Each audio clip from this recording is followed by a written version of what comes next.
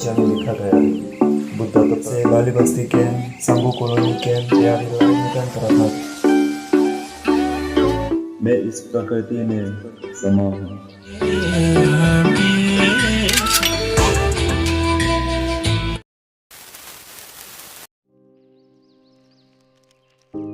भगवान बुद्ध कहते हैं, अपो दीपो आपो, अपने दीपक स्वयं बनो और स्वयं के भीतर ही प्रार्थना को खोजिए बिना किसी की सहायता से, तो ही आप परम सुख को पा सकोगे, बुद्ध को पा सकोगे। बाहर मत खोजो, सब अपने अंदर समाओ।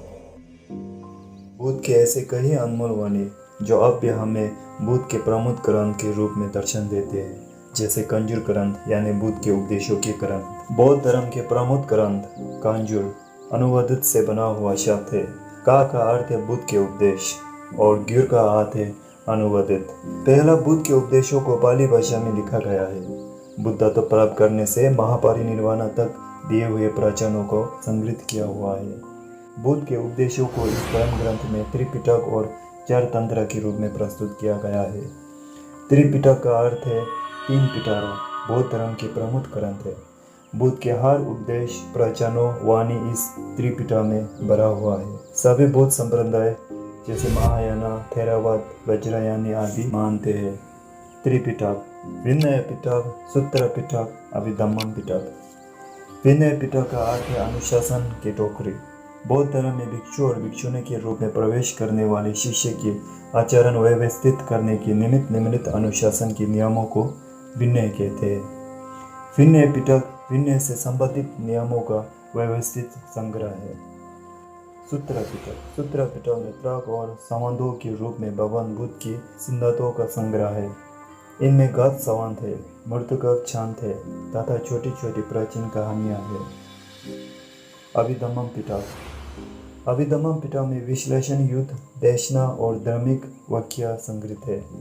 इन तीनों को त्रिपिटक कहते हैं। और चार तंत्र, क्रिया तंत्र, चर्य तंत्र, योग तंत्र, उच्चतम योग तंत्र, इसे चार तंत्र कहते हैं। इस प्रमुख ग्रंथ त्रिपिटक और चार तंत्र को तिब्बती भाषा में अनुवादित किया और इससे 108 धर्म पुस्तकों का निर्माण हुआ।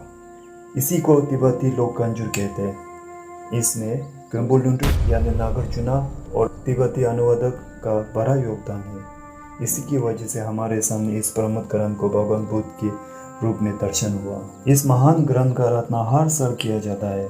हमेशा की तरह हमारे यहाँ के लोग और हमारे गुरु खेन रिम्पोचे के बदौलत हो पाते हैं और फेंदे शिक्षा संस्था पेमाकेट के लोगों के वजह से पूरे 5 दिन की आराधना करने का योग्य मिलता है। 5 दिन की आराधना में भिक्षु और इस आराधना में आए हुए सभी के लिए भोजन की व्यवस्था किया जाता है और इसमें मदद करने वाले हर पेमाकेपा के लोग आते हैं।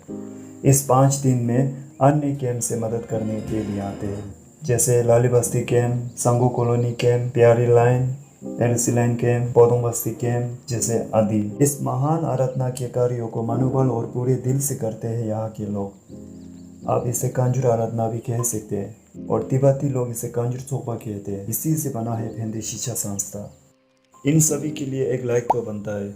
आप देखते हैं हमारे वीडियो को लेकिन सब्सक्राइब नहीं करते हो, प्लीज़ सब्सक्राइब कर दीजिएगा।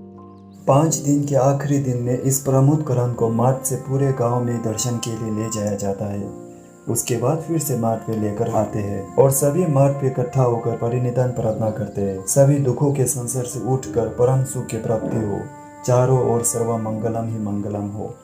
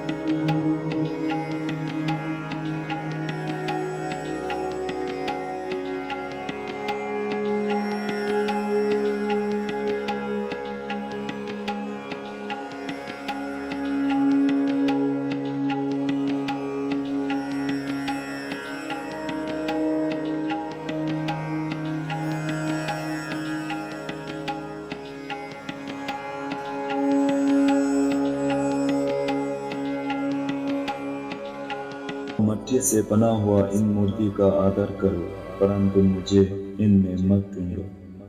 स्वयं को देखो, मैं तुम्हारे अंदर ही हूँ। मैं इस प्रकृति में समा हूँ। मैं इस बेजुबा पक्षी पे समा हूँ। मैं तुम पे समा हूँ। मैं इस प्रमुख ग्रंथ में समा हूँ। मेरी शब्दों पे मैं हूँ। मैं ही तुम हो, तुम ही मैं हूँ। इस संसार के चादर को खोलो, चारों ओर बुद्ध को देखो, तुम्हारा रूपांतरा होगा। Marmi Japa Dapalavi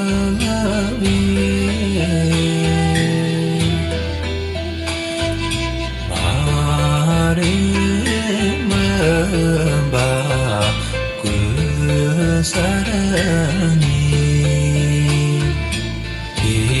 Ishi no wa Rajite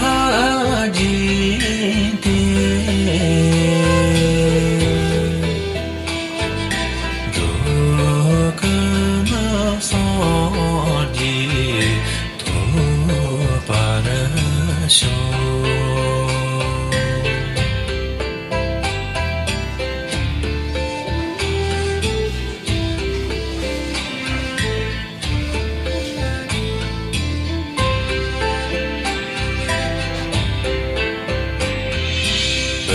Dagala Anjoti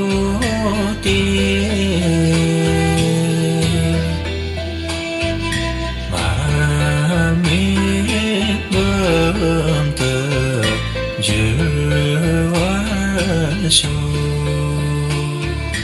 Badagala Marmi